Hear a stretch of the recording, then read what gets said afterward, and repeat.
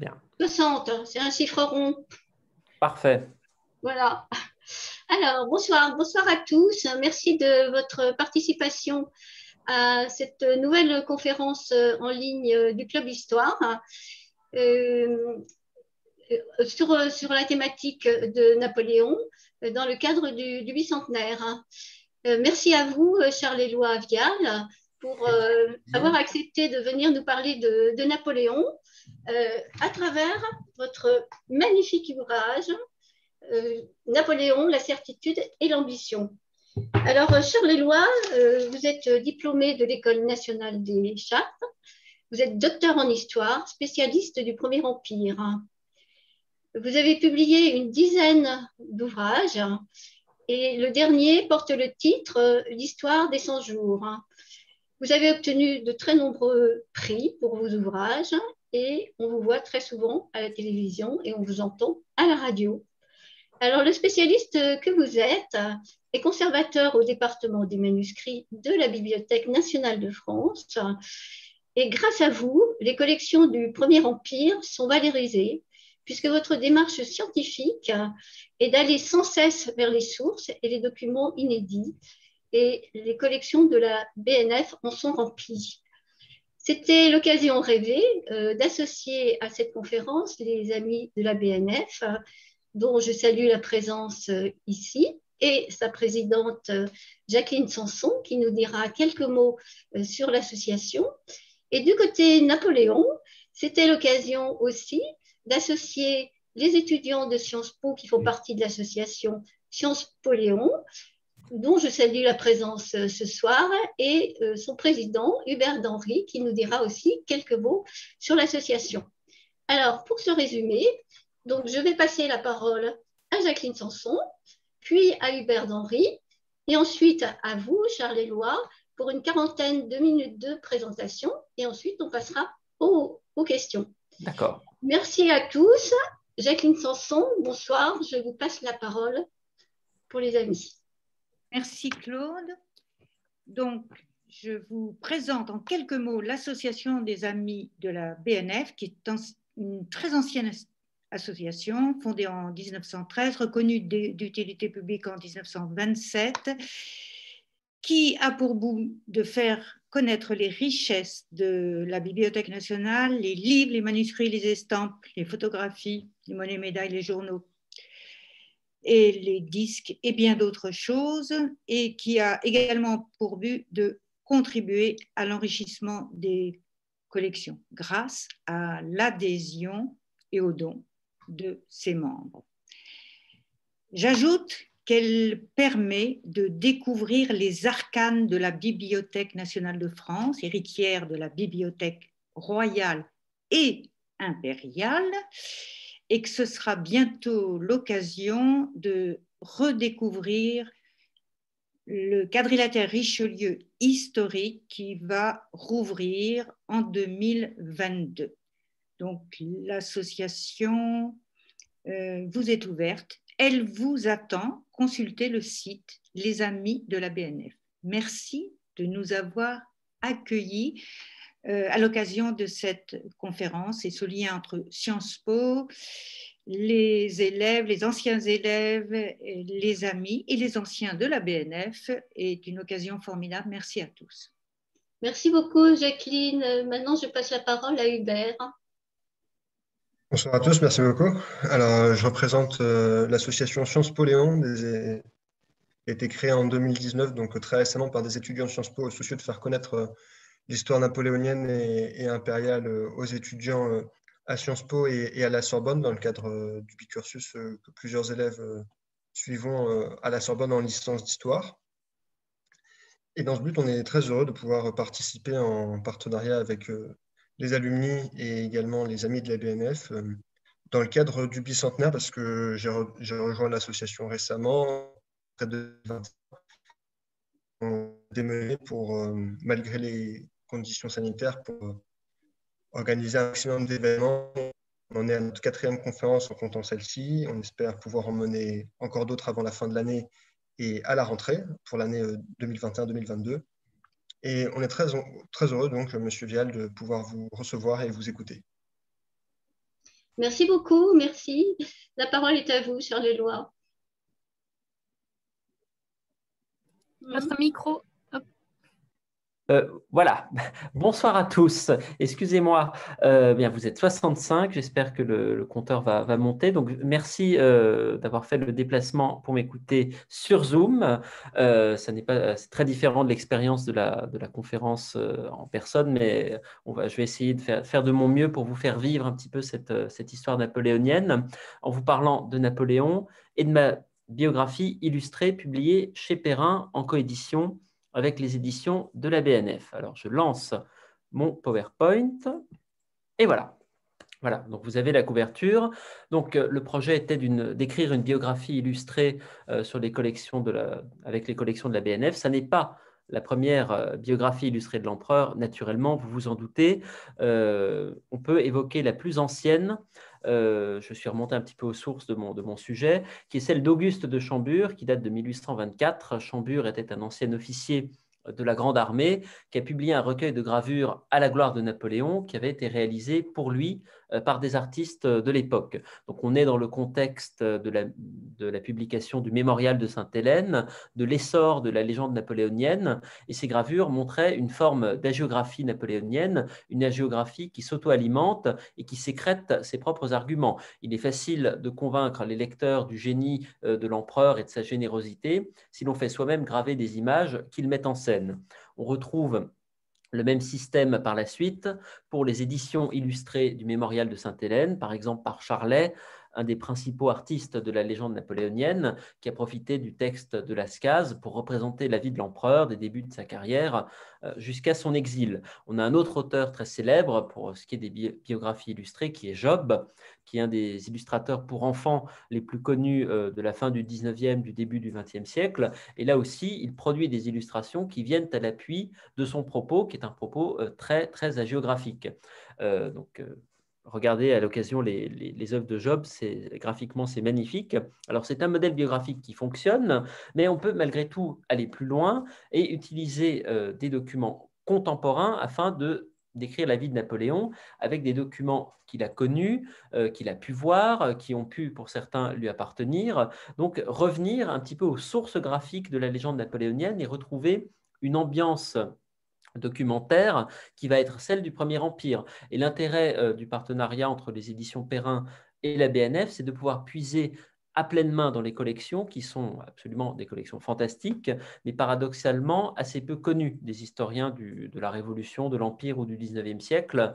C'était très curieux, mais c'était un petit peu peut-être tombé dans l'oubli depuis la fin du 19e siècle. Donc ce sont des collections passionnantes et on peut arriver à y retrouver des documents absolument majeurs pour écrire l'histoire de Napoléon. Et pour résumer, la BNF est à elle seule une sorte de grand livre d'histoire où l'on peut lire la vie de l'empereur et naturellement d'autres personnages de l'histoire de France. Alors, pour illustrer mon propos, ici, pour Napoléon, c'est un cas vraiment flagrant. On peut commencer à étudier sa vie avec ce que vous avez à l'écran, qui est le livre de raison de Charles Bonaparte, donc le livre où une sorte de journal intime où le père de Napoléon va noter ses comptes, va noter ce qu'il fait au jour le jour, va noter certaines de ses lectures, va noter la naissance de ses enfants. Donc c'est le document que vous avez à l'écran et on peut achever, et je vais achever ma conférence là-dessus tout à l'heure, vous le verrez, document qui termine la vie de Napoléon, qui est son rapport d'autopsie rédigé à Sainte-Hélène le 6 mai 1821. Donc vous voyez, rien qu'en allant au département des manuscrits, on a le document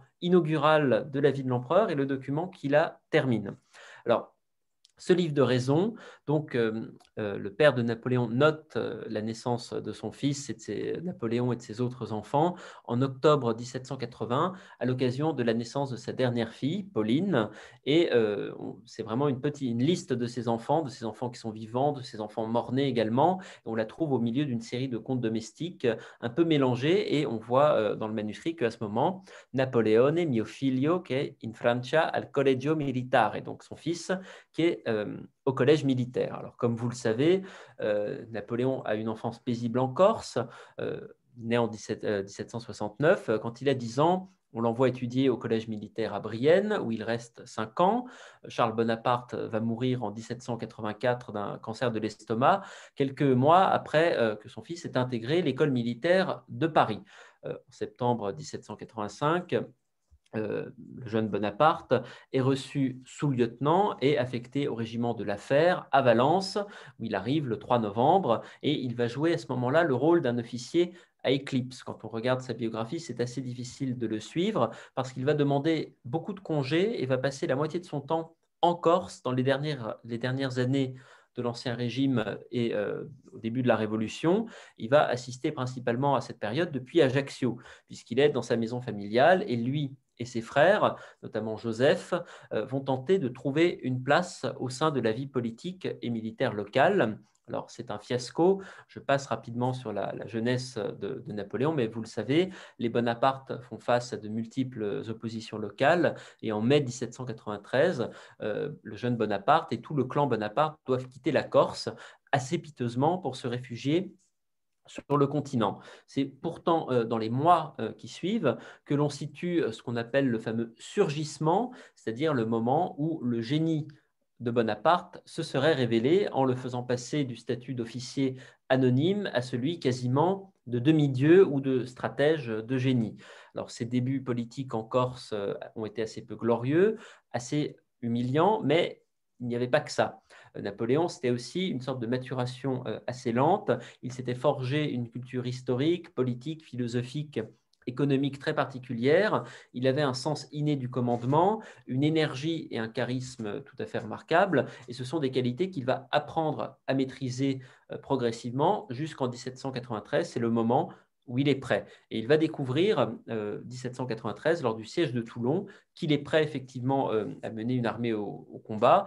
Et c'est son plan d'attaque qui va permettre de libérer la ville de Toulon qui est occupée par la Royal Navy. Il va obtenir le grade de général de brigade et avoir un début, un embryon de célébrité. Et c'est à ce moment que Napoléon sort de la nuit documentaire, c'est-à-dire que les illustrations vont le représenter en personne, les documents qu'il évoque ou les documents signés de sa main vont être de plus en plus nombreux, et pour le biographe, c'est beaucoup plus confortable de le suivre à partir de ce moment, parce qu'il va devenir de plus en plus présent jusqu'à devenir omniprésent dans la production manuscrite et imprimée contemporaine. Alors ici, vous avez à l'écran un des tout premiers exemples de gravure qui montre un jeune officier à cheval commandant une troupe d'artilleurs. Vous voyez ici près des deux tentes quelqu'un à cheval qui tend le bras. Naturellement, il a déjà un bicorne, c'est Bonaparte.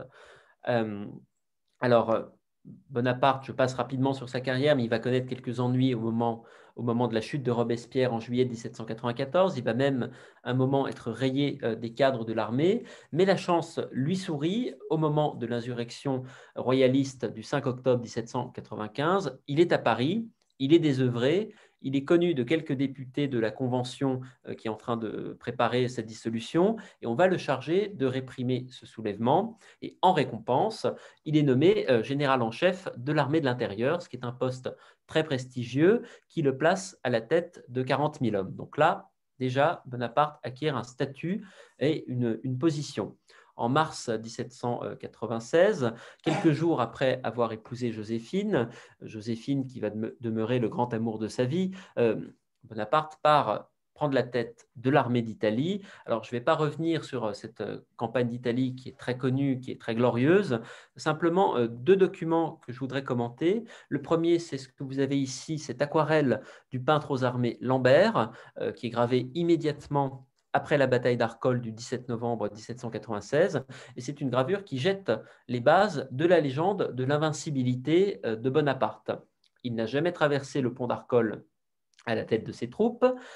Ces troupes ont d'ailleurs été repoussées au moment de cette bataille et le combat n'a vraiment été remporté que 2 jours plus tard. Mais c'est une image qui montre un mythe en gestation puisque Bonaparte est à cheval, contrairement à ce que la postérité a retenu et ce que les tableaux célèbres représentent, où l'on voit Bonaparte à pied en train de courir avec un drapeau à la main. Là, il est à cheval. Et en plus, il n'est pas seul puisqu'il y a le général Augereau qui est à ses côtés, alors que là aussi, toutes les peintures postérieures vont effacer ce rival potentiel pour ne garder que la figure de Bonaparte. Et vous regardez l'iconographie, plus le temps va passer, plus Napoléon sera seul, isolé du commun des mortels, et les soldats vont passer à l'arrière-plan jusqu'à disparaître totalement jusqu'au moment où l'on pensera, c'est le cas dans le tableau de Gros qui est très célèbre, jusqu'au moment où on pensera que Bonaparte est seul sur le pont et qu'il est seul en train de remporter la bataille. Alors,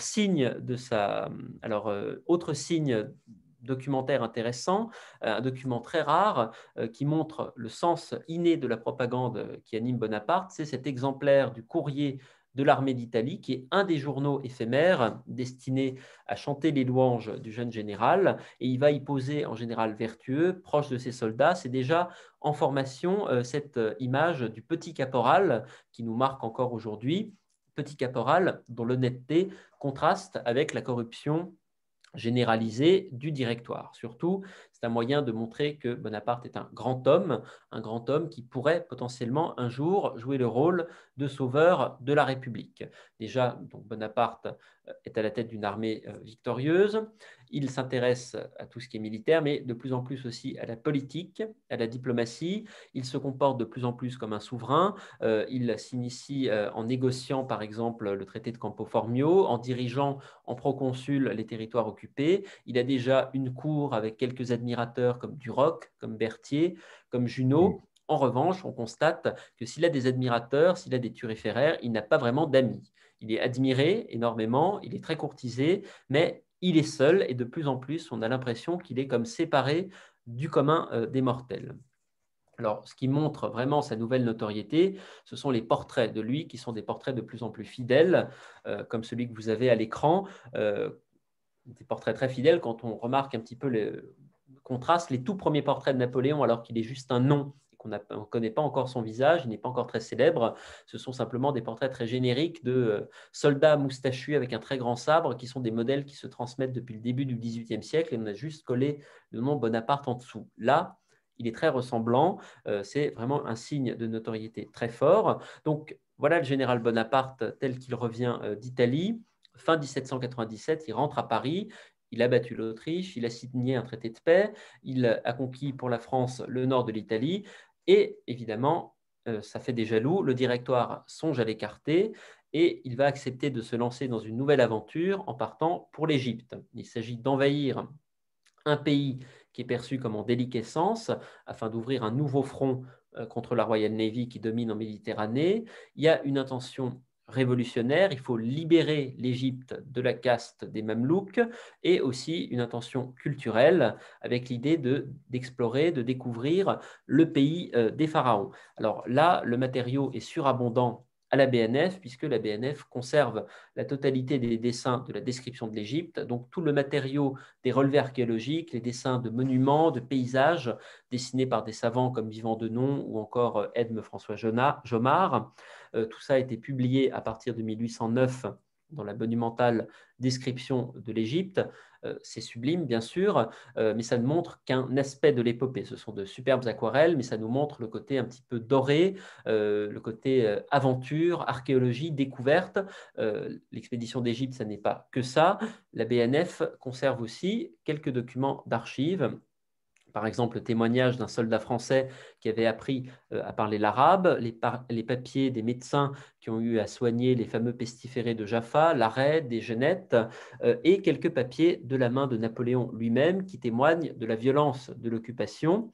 Par exemple, ici, une lettre à Murat qui est assez exceptionnelle puisque il a rajouté un post-scriptum de sa main où il demande à Murat de poursuivre des Mamelouks et éventuellement de se livrer à des représailles en brûlant les villages qui aident les ennemis. Donc on voit une occupation quand même très violente. D'ailleurs, la situation en Égypte est intenable et Bonaparte va décider en août 1799 d'abandonner sa conquête, de laisser Kléber prendre le commandement à sa place et de rentrer en France. Il considère à ce moment que le temps est venu pour lui de s'emparer du pouvoir parce que le directoire est complètement discrédité. Alors, je ne rentre pas dans les détails du coup d'État des 18-19 Brumaire, si ce n'est pour dire qu'il y a forcément très peu d'archives sur la préparation de ce coup d'État et que l'iconographie, une fois encore, c'est ce qu'on voit avec les collections de la BNF, l'iconographie est venue surimposer son propre discours. Ici, vous avez une gravure qui est très célèbre, qui montre Bonaparte menacé par un des députés qui cherche à le poignarder. Et c'est une scène qui n'a jamais eu lieu. On va justifier l'intervention de la troupe a posteriori par une tentative d'assassinat. C'est une façon de légitimer le coup de force face à un pouvoir législatif devenu incontrôlable, mais en réalité, ça ne s'est pas passé du tout comme ça, et c'est vraiment la gravure qui légitime a posteriori le coup d'État. À l'origine, Bonaparte n'est censé être que l'épée dans le complot, face à Sieyès qui en est à l'origine, qui ambitionne de mettre en place une nouvelle forme de régime républicain, mais Bonaparte s'impose très vite et il prend le pouvoir à la tête d'un consulat, vous le savez, avec Cambacérès et Lebrun comme deuxième et troisième consul. Là aussi, l'iconographie va privilégier cette fiction d'un pouvoir partagé avant que la réalité ne s'impose. Il y a en réalité un chef de l'État et deux exécutants, et c'est une réalité qui est sanctionnée par le consulat à vie en 1802. Alors, sans entrer dans les détails du consulat, là non plus, le grand événement de la période, c'est la bataille de Marengo en juin 1800, qui est une bataille qui permet à la France de reprendre le contrôle de l'Italie du Nord face à l'Autriche et de consacrer la réputation de Bonaparte comme général invincible. Donc il est à la fois chef de guerre et de plus en plus, il conforte sa position comme chef d'État et aussi comme pacificateur, puisque par truchement, cette victoire de Marengo va permettre à Bonaparte de rétablir la paix avec l'Autriche d'abord, puis avec le reste de l'Europe progressivement, la Prusse, la Russie, et jusqu'à la paix d'Amiens, une paix très éphémère qui va durer seulement 1 an, mais tout de même la paix avec l'Angleterre qui est signée en 1802. La paix religieuse également est imposée par Bonaparte avec la signature du Concordat, donc retour à la stabilité, ce qui facilite ensuite les initiatives institutionnelles, la création du Conseil d'État, de la Banque de France, le début de la rédaction du Code civil, la mise en place des préfectures, des sous-préfectures. Donc tout ce bilan napoléonien qui structure encore la France aujourd'hui, c'est principalement ce nouveau contexte de retour à la paix et à la stabilité, à l'ordre en fait, qui le facilite. Alors, on assiste en parallèle à une progressive monarchisation du régime consulaire qui est symbolisée par l'installation de Bonaparte et de Joséphine aux Tuileries, qui est le palais des rois, l'ancien palais de Louis XVI, sur lequel flotte le drapeau tricolore. C'est ce que vous avez ici à l'écran sur ce dessin contemporain. Et les Tuileries vont devenir le véritable siège d'une vie de cour. D'ailleurs, signe qui ne trompe pas, Malmaison, le petit château de Joséphine, va passer à l'arrière-plan dès 1802 et Bonaparte va se réinstaller au château de Saint-Cloud, qui est là aussi une ancienne résidence royale. Il est consul à vie à partir de 1802, il a ramené la paix en Europe, il a refondé l'État, il est au sommet de son prestige. Il lui faut un palais beaucoup plus imposant pour loger tout son entourage, loger ses domestiques, loger ses courtisans, et c'est pour cela que le régime, finalement, s'organise de plus en plus et ressemble de plus en plus à une monarchie. Alors, pourquoi finalement proclamer un empire alors qu'il est déjà au sommet de sa gloire comme premier consul à vie? Il y a une part d'orgueil sans doute, il y a aussi le souci d'assurer la pérennité de son œuvre avec le raisonnement qui peut nous sembler très paradoxal aujourd'hui, qui veut qu'une monarchie peut seule sauver la République et les libertés qui vont avec.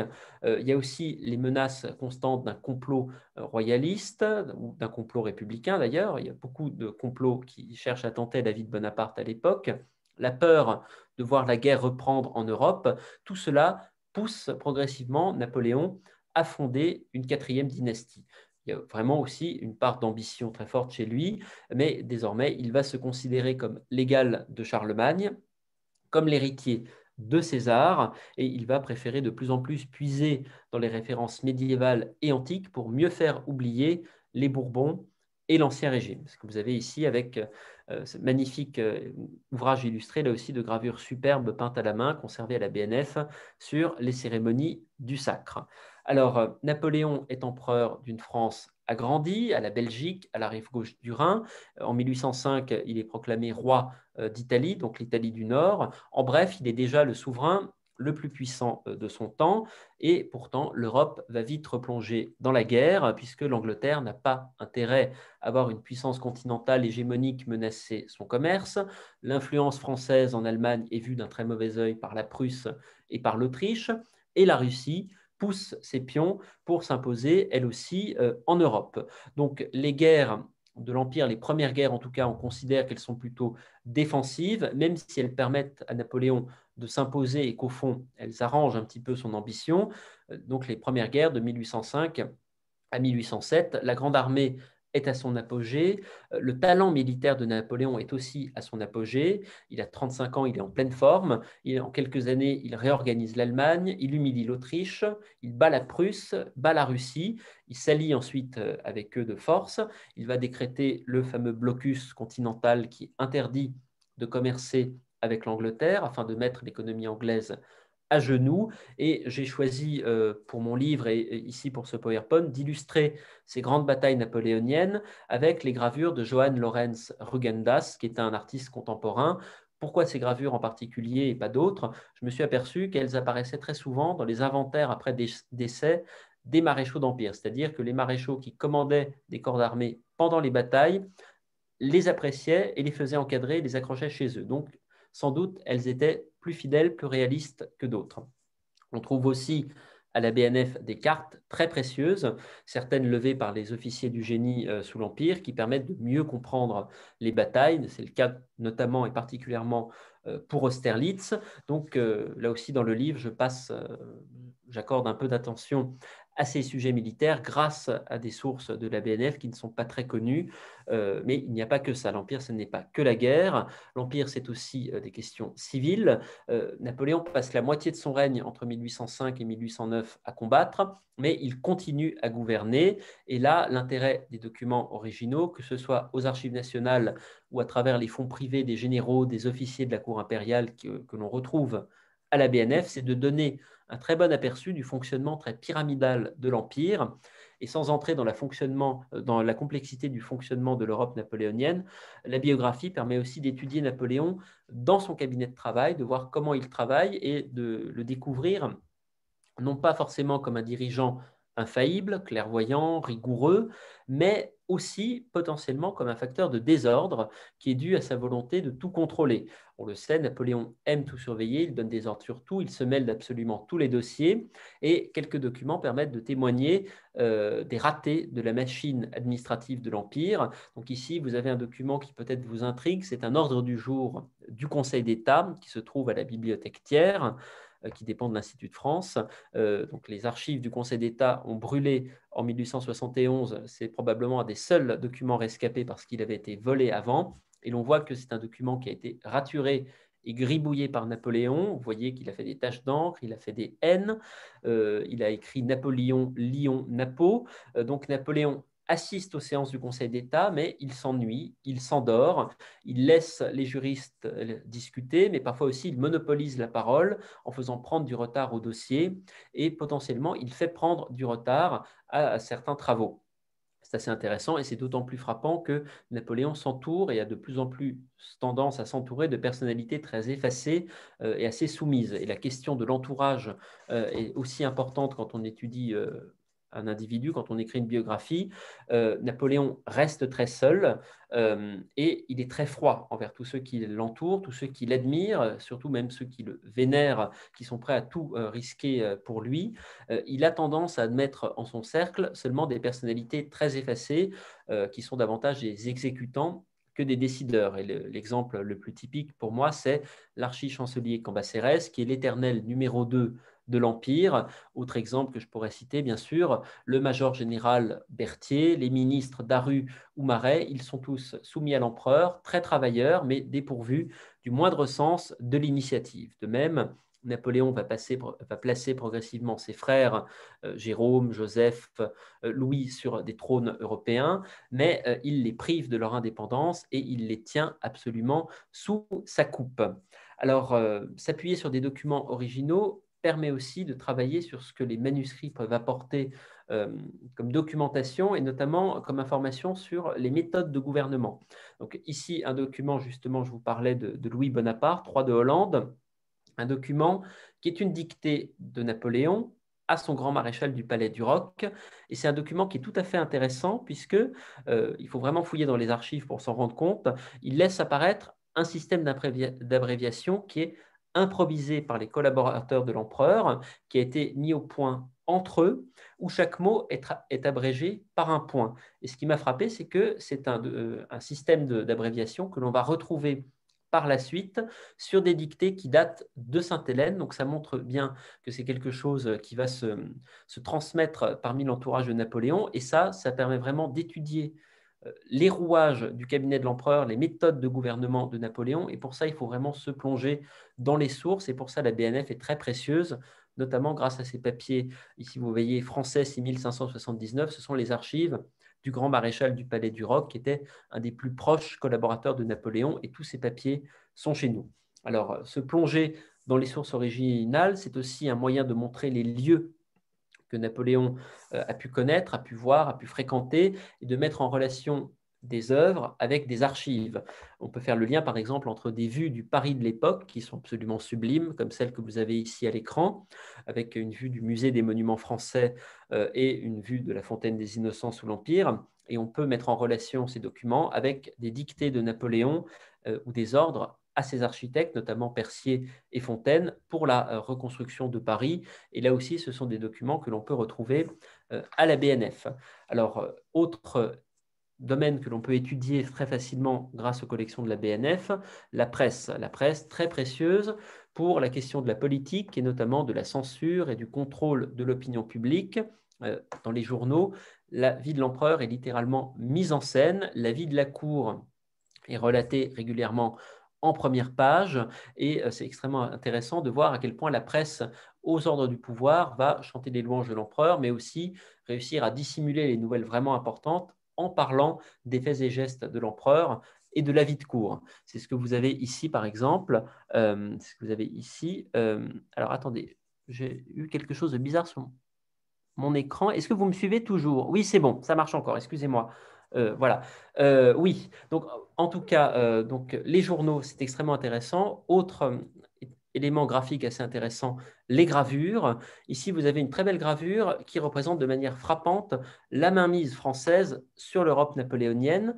C'est une image qui montre Napoléon qui est en train de trôner au milieu des souverains de la Confédération du Rhin, donc l'Allemagne napoléonienne réorganisée à partir de 1806. Ils sont tous alliés de gré ou de force à la France par des traités aux conditions absolument léonines. Ils sont forcés de payer des tributs, de lever des troupes pour la France, et ils sont tous là. Donc vous avez Jérôme, vous avez le roi de Saxe, vous avez tous les alliés allemands de l'empereur qui sont présents, et c'est très frappant de voir la mise en scène, et Napoléon qui est au centre, qui est le seul à véritablement trôner en souverain. Les autres sont plutôt là un petit peu comme des figurants en réalité. Alors, autre événement important que l'on peut retracer grâce aux collections de la BNF, le mariage de Napoléon et de Marie-Louise. On trouve là de très belles gravures sur le sujet. Donc le mariage a lieu, vous le savez, en avril 1810, après le divorce avec Joséphine qui ne peut plus avoir d'enfants, et il est commémoré à travers une iconographie très riche, également beaucoup de brochures et également au département des manuscrits, quelques documents comptables. Alors, dans les archives du grand maréchal du Palais du Roc, il y a d'autres documents qui m'intéressent beaucoup comme historien. Ce sont les documents concernant les voyages de Napoléon, ses déplacements dans l'Empire, et on peut avoir toute l'organisation des voyages de l'empereur. Napoléon fait beaucoup de voyages officiels. Il va aller dans le sud-ouest en 1808, il va aller en 1810 en Hollande, il va aller en 1811 en Normandie. Donc il se déplace très fréquemment dans l'Empire et on peut le suivre, on peut voir les différentes étapes. Donc ici, vous avez notamment un très bel autographe de Napoléon qui valide le trajet de retour de Bayonne à Paris. Donc il passe par Angers, par Tours, Blois, et il arrive à Rambouillet. Donc ce sont des documents là aussi passionnants qui permettent de mieux comprendre le fonctionnement quotidien de la cour impériale et de mieux comprendre aussi la façon dont les grands officiers de la cour se mettent en quatre pour permettre à Napoléon de vivre et de gouverner l'esprit tranquille. Alors, donc Napoléon règne, Napoléon gouverne, Napoléon trône au milieu de sa cour, et la France, enfin l'Empire français plutôt, à son apogée, compte 44 millions de sujets qui sont répartis, vous le savez, en 130 départements. Les territoires de ce qu'on appelle le Grand Empire, qui rassemble le reste de la péninsule italienne, l'Espagne, les États de la Confédération du Rhin, le Danemark, la Suisse, c'est 44 millions d'habitants supplémentaires. Il y a ensuite les anciens ennemis de la France que Napoléon a domptés et a soumis, la Prusse, 5 millions, l'Autriche, 19 millions. On additionne 112 millions d'individus en 1810-1811 sont soumis à la domination ou à l'influence plus ou moins directe de Napoléon, alors que le continent européen, englobant la Russie, n'est peuplé que de 167 millions d'habitants. Donc vous voyez le degré de puissance atteint par Napoléon à l'apogée de l'Empire. Donc l'apogée de l'Empire, j'avais écrit un livre sur ce sujet qu'on peut situer en 1811. 1811, qui est aussi l'année où Napoléon a enfin son héritier, le roi de Rome. Presque toute l'Europe est en paix, à l'exception de l'Espagne, où Napoléon, vous le savez, a envoyé régner son frère Joseph en 1808 et qui depuis est plongé dans une terrible guerre civile. La France est aussi victime d'une crise religieuse, mais plutôt larvée, puisque l'empereur a fait quand même emprisonner le pape après avoir annexé Rome parce que le pape refusait d'adhérer au blocus continental. D'ailleurs, l'Europe souffre économiquement du blocus continental. Les souverains européens commencent un petit peu à s'impatienter, excusez-moi, notamment la Russie qui est au bord de la banqueroute et la Prusse qui ne s'est toujours pas remise de l'humiliation de la bataille d'Iéna. Donc un apogée, mais un apogée en trompe-l'œil avec des problèmes religieux, des problèmes économiques, des problèmes diplomatiques qui commencent petit à petit à pointer le bout de leur nez. Et c'est à ce moment que le projet napoléonien dérape quelque peu. Il y avait l'idée d'origine qui était de défendre la France et les acquis de la Révolution face à l'Europe des rois, l'idée de l'émancipation des peuples, de l'abolition de la féodalité sur le continent. Tout cela est peu à peu remplacé par une volonté beaucoup plus hégémonique de Napoléon. Et bon, je sais qu'on ne se prend pas au physique des gens, mais tout de même, vous voyez ces deux œuvres. Napoléon vieillit, il se montre de plus en plus inflexible, exigeant, sourd aux avertissements et aux conseils de ses proches qui le préviennent pourtant de la lassitude des Français et des peuples de l'Europe. Et on voit bien dans ces deux œuvres d'Isabelle une œuvre très idéalisée, peut-être aussi un empire très idéalisé, et un autre dessin beaucoup plus sans concession. On voit Napoléon qui a beaucoup vieilli, beaucoup grossi, et l'époque où Napoléon commence physiquement à décliner est aussi l'époque où il va se lancer dans la guerre de Trô. Cette guerre de Trô, c'est la guerre qui est destinée à mettre au pas la Russie qui refuse de respecter le blocus continental. Alors Napoléon lève une armée gigantesque, mais très hétérogène, 350 000 Français, 326 000 soldats d'une vingtaine d'autres nations alliées, dont beaucoup vont se battre à contre-cœur, notamment les Prussiens et les Autrichiens. Et face à lui, le tsar Alexandre n'a que 490 000 soldats, c'est quand même pas mal, mais surtout, il a un avantage capital qui est l'espace immense, les plaines de Russie, et la certitude que l'empereur allait foncer tête baissée vers Moscou avant de se laisser attraper par l'hiver. On connaît cette campagne par des aquarelles qui sont conservées à la BNF, qui sont superbes, qui sont signées d'Albrecht Adam, qui est un des peintres à la suite de l'armée. Et vraiment, ce sont des œuvres magnifiques. Je vous ai mis ici la prise de la Grande Redoute à la bataille de la Moskova. C'est vraiment, vous regardez dans les détails, c'est somptueux.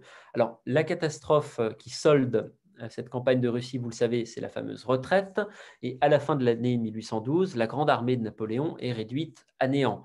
La campagne fait près de 200 000 morts parmi les Français, dont la moitié vont mourir de froid ou de faim. 190 000 autres vont être faits prisonniers et 130 000 désertent. Ça, ce sont les chiffres, ce sont des estimations. Mais vous voyez le désastre. Napoléon, lui, est rentré à Paris après quelques semaines passées dans cet enfer et il se prépare déjà à lever une nouvelle armée pour 1813. Et l'année 1813, ça va être l'année vraiment de la fuite en avant, du refus de s'arrêter, de l'emballement aussi. C'est l'année de la campagne de Saxe. Les alliés de Napoléon l'abandonnent un à un.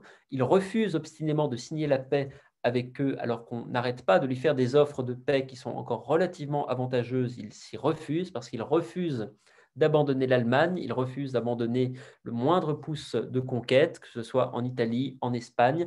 Il se considère comme invaincu en Russie, puisque c'est l'hiver qui l'a emporté et pas le tsar de Russie. Donc Napoléon s'entête et après une campagne extrêmement éprouvante qui va durer de mai à octobre 1813, Napoléon va perdre l'Allemagne à la bataille de Leipzig, ce que vous avez à l'écran, là aussi une très belle gravure de la BNF. Entre-temps, son frère Joseph a perdu l'Espagne, son beau-frère Murat à Naples va le trahir quelques semaines plus tard et tous les alliés de l'Empire vont l'abandonner en quelques jours à partir de cette bataille de Leipzig. Donc Napoléon se retrouve seul et la France se retrouve très rétrécie. Donc fin 1813, comment ça marche? Ah, voilà, suivante. Fin 1813, l'Empire est à la veille d'être envahi par les Pyrénées, par le Rhin, par les Alpes et par la Belgique, avec plus d'1 million d'ennemis mobilisés contre la France en tout. Et l'iconographie de l'époque reflète là aussi à merveille l'état d'esprit des contemporains avec cette caricature. Napoléon n'est plus considéré à ce moment comme un héros, il est déjà considéré comme l'ogre. On est en plein dans la légende noire, c'est l'ogre qui dévore les jeunes gens pour une guerre qui doit être une guerre sans fin.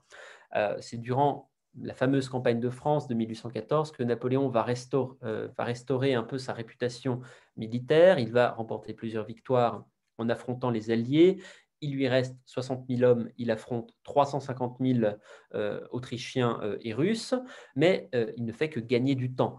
Paris est prise le 31 mars 1814 et Napoléon se réfugie avec sa garde au château de Fontainebleau où il abdique le 6 avril et au même moment, le Sénat va rappeler Louis XVIII, le Sénat qui espère qu'en restaurant la monarchie, ils vont pouvoir retrouver un petit peu de stabilité. Le 20 avril, Napoléon part pour l'île d'Elbe. Et les vainqueurs l'envoient à l'île d'Elbe, c'est une retraite et il garde son titre d'empereur. Napoléon n'y reste que 6 mois avant de s'enfuir. Il est très conscient des difficultés rencontrées par Louis XVIII en France, qui a du mal à se faire à cette nouvelle France contemporaine, lui qui a quitté le pays en 1791. Il sait que les souverains de l'Europe qui se sont réunis au Congrès de Vienne sont en train de redessiner une nouvelle Europe sur les ruines de son empire et qu'il songe à l'exiler très loin, aux États-Unis, ou même, il a déjà été question dès la fin 1814, de Sainte-Hélène. Et enfin, il faut le souligner, Napoléon est aux abois financièrement. Le 26 février 1815, il s'embarque pour la France avec les 900 soldats qui lui restent. Il est décidé à reprendre son trône. Un très beau témoignage graphique de ce fameux vol de l'aigle de Napoléon, un dessin par un artiste lyonnais qui s'appelait Jacomin, qui témoigne de la liesse de la population à l'annonce de l'arrivée de l'empereur. On y voit des ouvriers qui sont reconnaissants à cause des grands travaux, des commandes officielles passées aux soieries lyonnaises sous l'Empire, et des vétérans, celui qui a gardé son sabre et qui a gardé son chapeau. Ce sont eux qui sont plutôt nostalgiques de la gloire, et c'est un excellent résumé de qui sont les soutiens de l'empereur en 1815. Donc, je vais vous parler un peu des 100 jours, un événement étonnant encore maintenant, mais qui étonne aussi la totalité du continent à l'époque. Dans les départements, en réalité, c'est plutôt la stupeur qui préside en voyant Napoléon reprendre le pouvoir en 20 jours sans tirer un seul coup de fusil.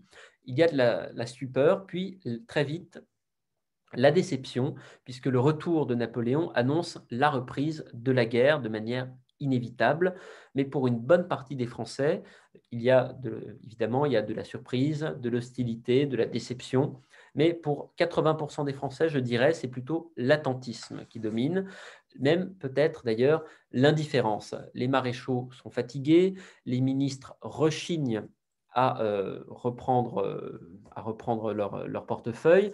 La guerre s'annonce comme très rapide et les gravures qui ici représentent la cérémonie très fastueuse du Champ de Mai qui est organisée par Napoléon le 1er juin. Napoléon proclame sa nouvelle constitution et en réalité, les témoins qui sont présents décrivent cette cérémonie non pas comme un instant solennel et extrêmement émouvant, mais comme une pièce de théâtre auquel personne ne croit parce que tous les acteurs jouent faux. C'est ce que note par exemple Michelet, qui est alors au lycée et qui avait été au théâtre voir une tragédie de Racine la veille et qui a l'impression de voir plutôt une sorte de mauvaise comédie.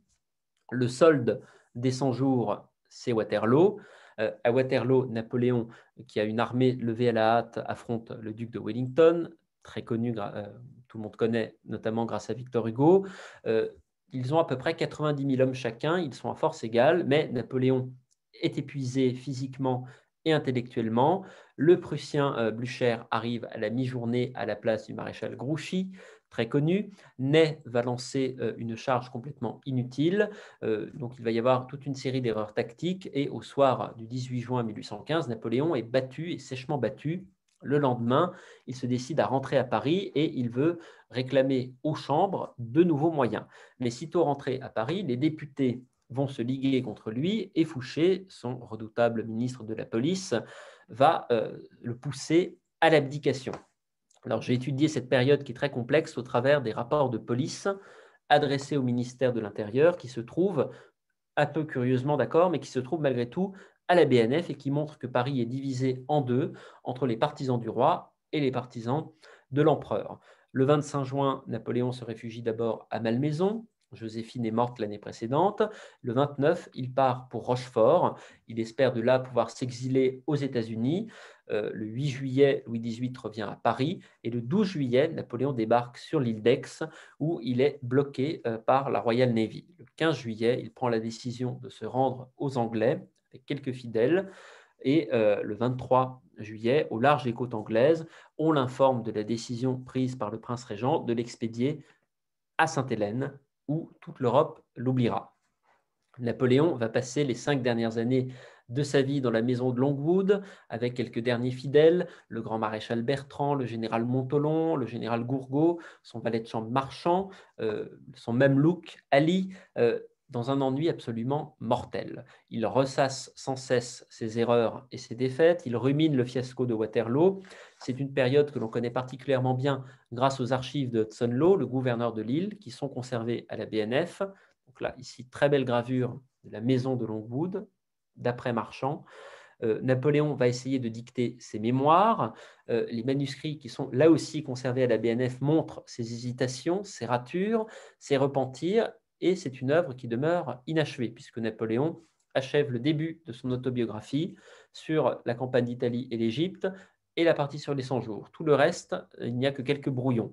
Heureusement, ses proches ont tenu des journaux intimes, comme Lascaz, qui en tirera son fameux mémorial de Sainte-Hélène. Donc on a malgré tout la parole de Napoléon, les récits de Napoléon pour d'autres événements de sa vie, mais pas d'autobiographie. Comme Napoléon s'ennuie beaucoup, il relit tous les classiques grecs et romains, les tragédies de Corneille, de Racine, les œuvres de Voltaire. Donc on a là aussi quelques livres qui viennent de Sainte-Hélène conservés à la BNF. Quelques-uns sont d'ailleurs annotés. Napoléon a la tristesse malgré tout de voir ses proches le quitter un à un, tel Lascaz, qui est expulsé de l'île de Sainte-Hélène par Hudson Lowe en décembre 1816. Et Napoléon lui adresse cette lettre d'adieu très touchante où il écrit « Votre dévoué Napoléon », ce qu'il n'avait jamais fait auparavant. Alors, après 5 ans d'exil, Napoléon est rongé par la dépression. Ses derniers proches ne rêvent plus que de rentrer en France. Et au fond, ils attendent presque la mort de Napoléon avec impatience. Napoléon est très malade. Et ici, vous avez une gravure remarquable qui est tirée d'un dessin qui est daté du jour où il a mis le nez dehors pour la dernière fois avant de se coucher pour ne plus se relever. Il meurt le 5 mai 1821 après une très longue agonie et les médecins actuels, en examinant son rapport d'autopsie qui est conservé à la BNF, estiment qu'il a succombé probablement à une anémie provoquée par un ulcère à l'estomac. Était-ce un ulcère cancéreux ou pas?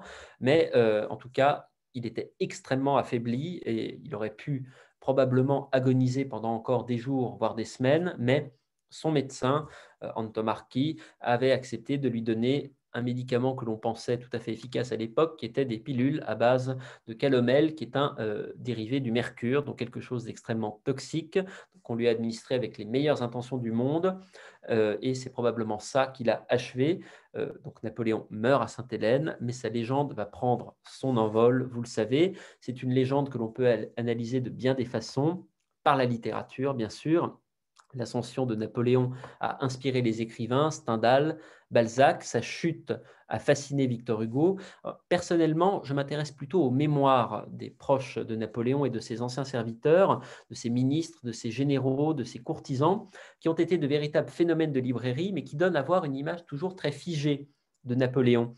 Il est soit le jeune, mince, glorieux général Bonaparte, que vous avez ici avec cette affiche du Napoléon d'Abel Gance, soit l'empereur bedonnant avec un petit chapeau de la fin de l'Empire, personnage plutôt bienveillant et pittoresque. Donc un personnage double, mais en fait un personnage sans nuance, tel que la légende napoléonienne nous l'a légué. Et justement, l'histoire, c'est travailler sur les nuances, c'est trouver les nuances, et on ne les trouve qu'en travaillant sur les sources, sur les archives, qui permettent de revenir sur les clichés légués par la légende napoléonienne et par les turiféraires de Napoléon du XIXe siècle, par ses admirateurs du XXe siècle, et on arrive à retrouver ces nuances en décortiquant les sources et en déconstruisant les différents aspects de la légende. Et pour moi, je terminerai là-dessus, c'est peut-être un peu l'enjeu de ce bicentenaire, délaisser des études datées ou trop hagiographiques, revenir aux sources et faire émerger de nouvelles problématiques sur Napoléon et sur l'Empire. Par exemple, des sujets qui, moi, m'intéressent et sur lesquels je travaille, mais d'autres historiens vous donnent d'autres réponses, mais par exemple, la diplomatie, le fonctionnement de l'administration napoléonienne, les questions économiques et sociales sont en plein renouveau. Il y a énormément de choses à découvrir et au fond, chaque génération d'historiens apporte son propre regard sur la période. Le Napoléon tel qu'on le conçoit en 2021 est très différent de celui que l'on pensait encore connaître en 1969 au moment des célébrations du bicentenaire de la naissance de Napoléon avec le discours très hagiographique du président Pompidou. En réalité, plus le temps passe, plus on se plonge dans les archives, plus on connaît mieux les documents, plus on se rend compte qu'on ne sait rien ou qu'on ne sait pas grand-chose sous l'Empire et qu'il reste encore beaucoup à faire.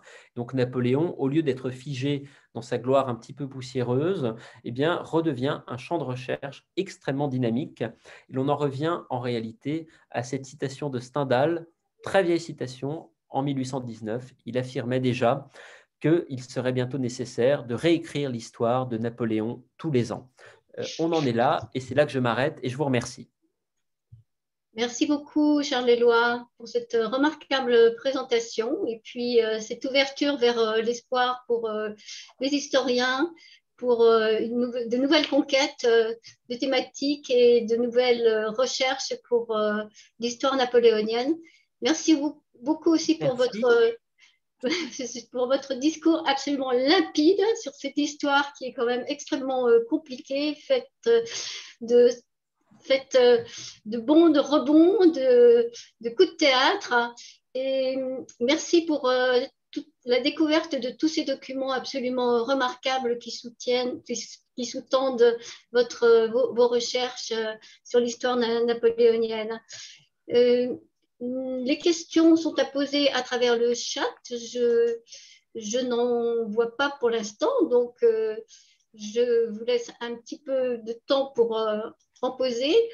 Je voulais en poser une, moi. Je vais lire un petit passage de votre ouvrage sur la conscience de Napoléon à Sainte-Hélène, sur son histoire personnelle et sa politique et les événements qui ont rythmé son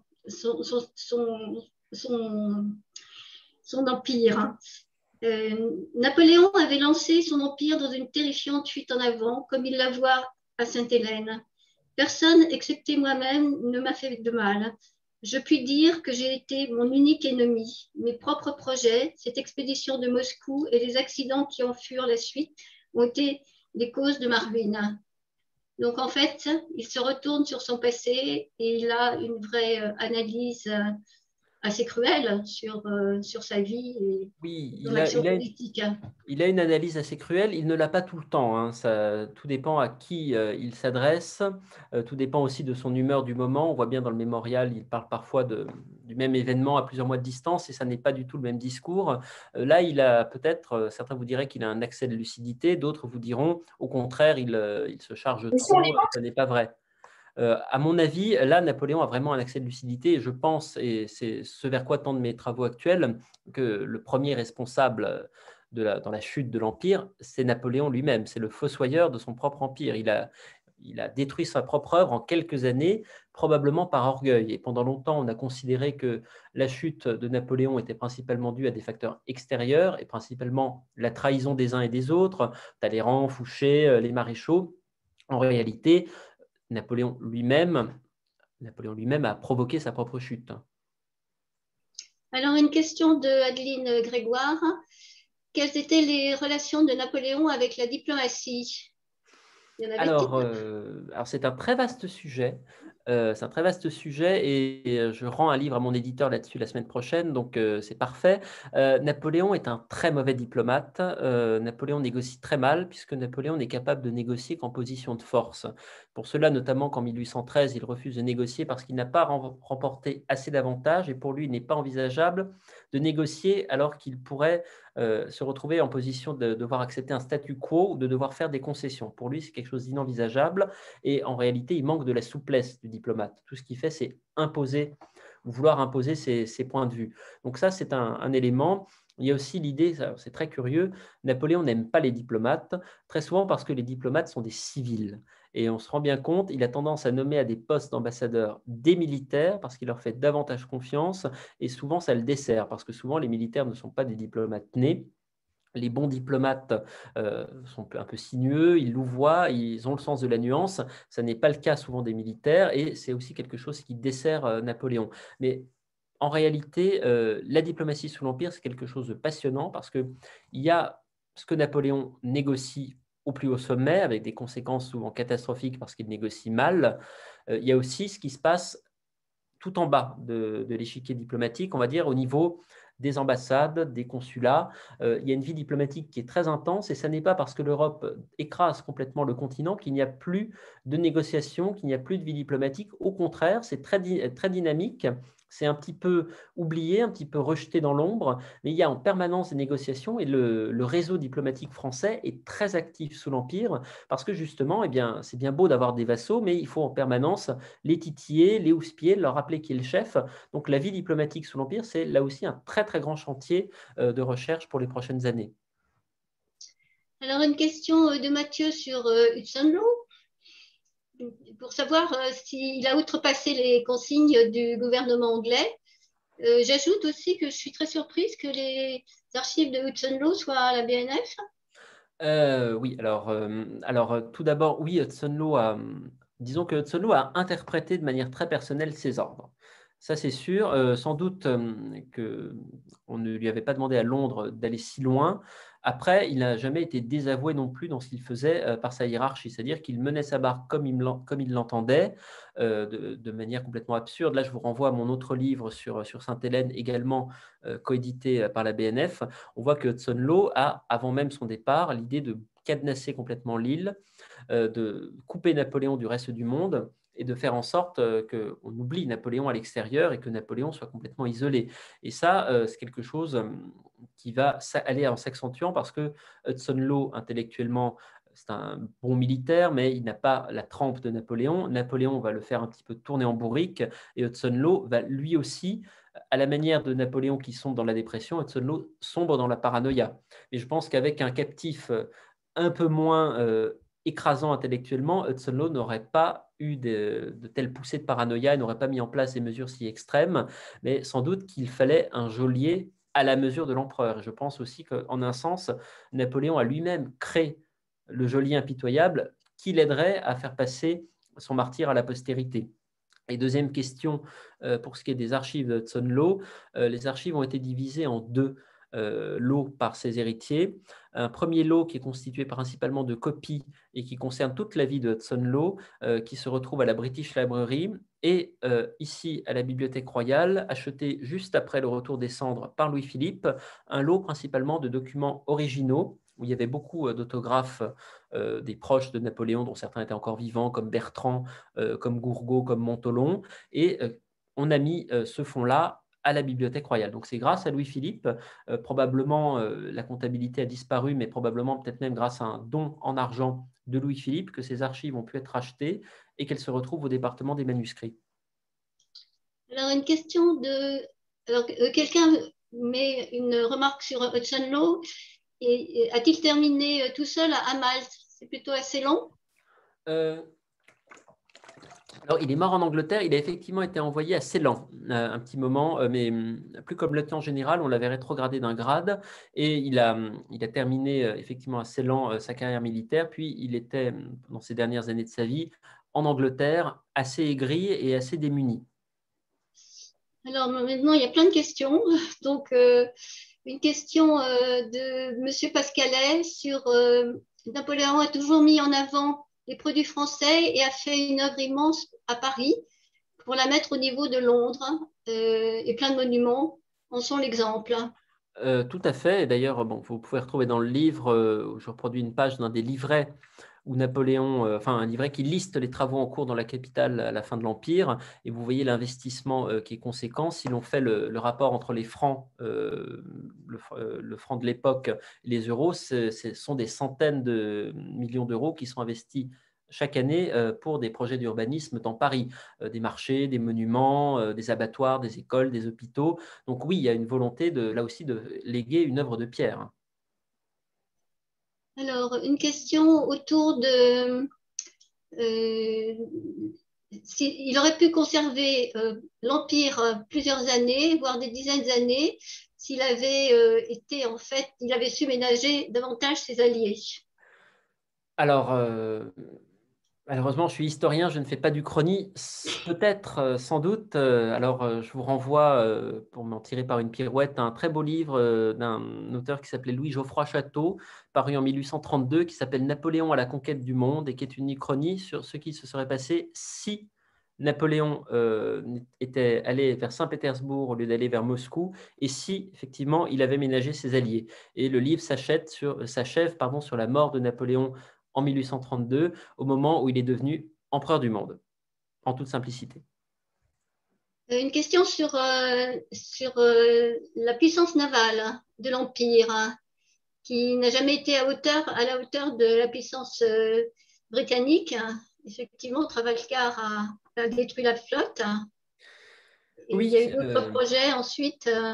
Oui, alors il y a des projets, hein, il y a des projets. Là aussi, j'en parle dans le livre. Il y a eu d'autres livres qui en parlent. Il y a eu un colloque il y a quelques années à Rueil-Malmaison sur la question de la marine. Il y a eu plusieurs livres. Il y a des tentatives, mais là aussi, une des faiblesses de Napoléon, il calcule en chiffres, en mètres cubes. Donc, il sait que ces forêts produisent tant de mètres cubes de bois, qu'il faut tant de temps pour couper le bois, pour l'acheminer jusqu'au chantier, qu'il faut ensuite tant de temps pour construire un bateau, sachant que les ouvriers travaillent tant d'heures par jour. Donc, il calcule combien de temps il lui faut pour construire un navire et combien de temps il lui faut pour reconstituer une flotte, mais tout ça reste très théorique.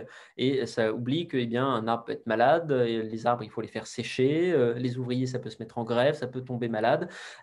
Il oublie plein de paramètres, notamment le facteur humain, et en réalité, du coup, sa flotte n'est pas du tout à la hauteur. Alors, il a des ambitions, hein, la flottille de Boulogne, traverser la Manche, il relance ça en 1811, mais en réalité, l'Empire, c'est vraiment une puissance continentale, et il va perdre ce qui lui reste de colonies, il ne va jamais réussir à reprendre pied, si j'ose dire, reprendre pied dans l'Atlantique, reprendre pied dans la Manche. Pour lui, c'est vraiment une sorte d'échec. Il est enfermé par cette défaite de Trafalgar, qui est une sorte quasiment de Waterloo. Une dernière question sur les rapports de Napoléon avec les artistes et les écrivains. Oui, alors bon, là aussi, il y a eu un très beau colloque auquel plusieurs conservateurs de la BNF ont été associés l'an dernier à Rueil-Malmaison. Pour résumer, Napoléon est un grand mécène, un fou de littérature. La littérature sous l'Empire n'est pas vraiment à la hauteur, contrairement au monde artistique qui est extraordinairement dynamique.